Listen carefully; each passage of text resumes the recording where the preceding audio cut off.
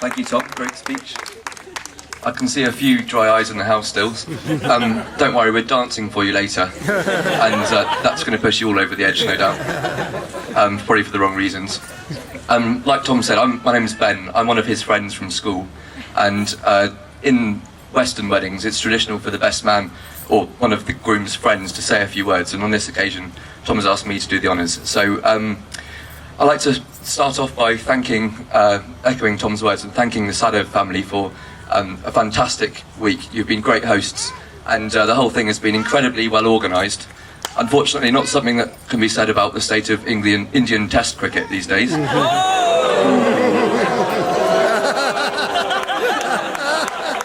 Sorry, I won't go there again.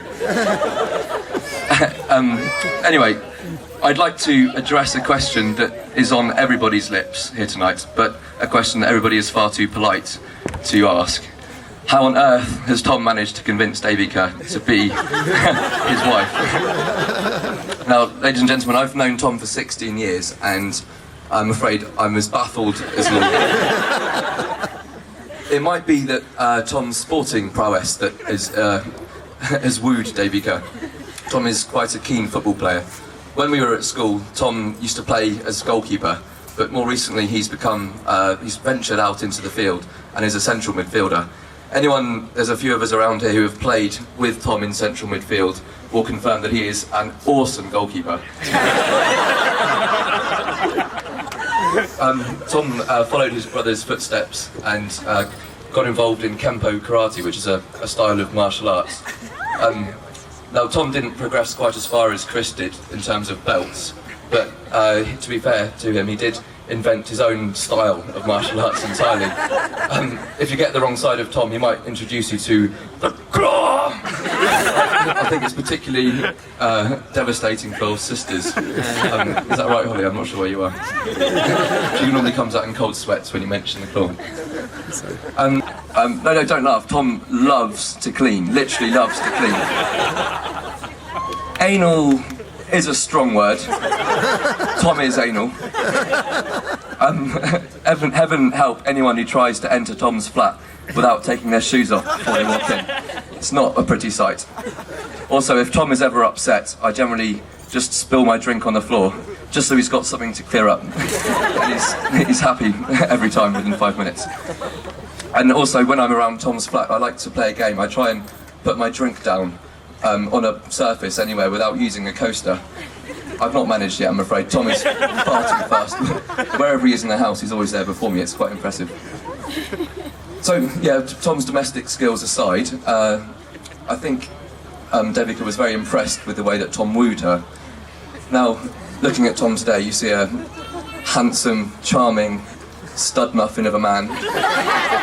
You'd expect, knowing women as Tom does, that he would have seen Devika in a bar, swaggered across confidently and swept her off her feet. Alas, that wasn't actually what happened at all.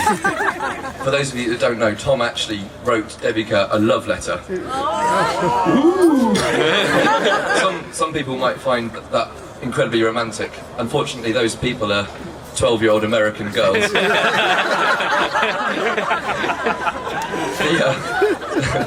The story about when Tom actually delivered the love letter to Devika is a great story in itself, and one that I'm sure they will share with you. But today I'm a bit more interested in what was actually written in that letter. Well, ladies and gentlemen, I have a bit of a treat for you. I have to admit, I don't actually have to. I just wanted to see their face.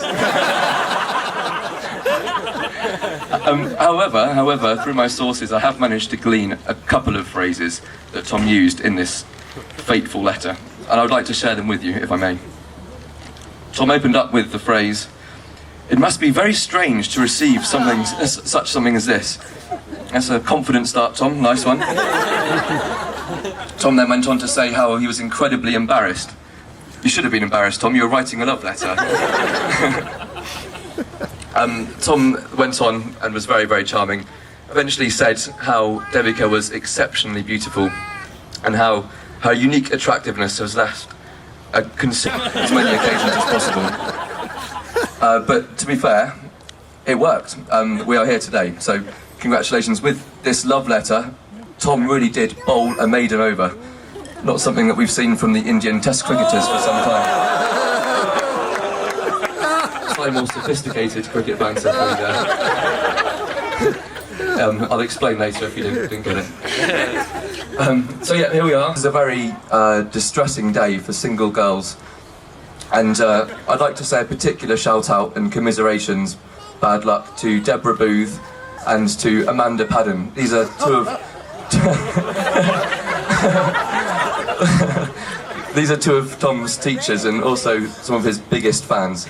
I don't know, Devika, if they have restraining orders in India, but it might be something to look into. Anyway, single ladies, do not despair entirely. There are plenty of eligible bachelors mingling around. I will leave their CVs and their bank statements over by the bar. And yeah, you can fight over them later. Okay, anyway, I will wind things up with a few more serious words. Tom has never... Sorry, I'll start that again. Tom has seen more than his fair share of grief throughout his life, and he's dealt with it remarkably well, and has become the secure, kind and considerate person that we have here before us today. The amount of people that have travelled here is just testimony to the vast amounts of love that there is for this man. And Tom has this unique quality that I'm sure you'll all agree, whenever he is around, the spirits are just lifted. It's a really beautiful quality to have, something very valuable. It's almost impossible to be in a bad mood when you're in Tom's company. I'm very proud to be your friend, Tom, and beside all the jokes, I know exactly why Devika has fallen in love with you. So, ladies and gentlemen, there are no bridesmaids here, so I'd like to propose a toast to Devika and to Tom. So, to Tom and Devika, and a very happy marriage. Tom and Devika.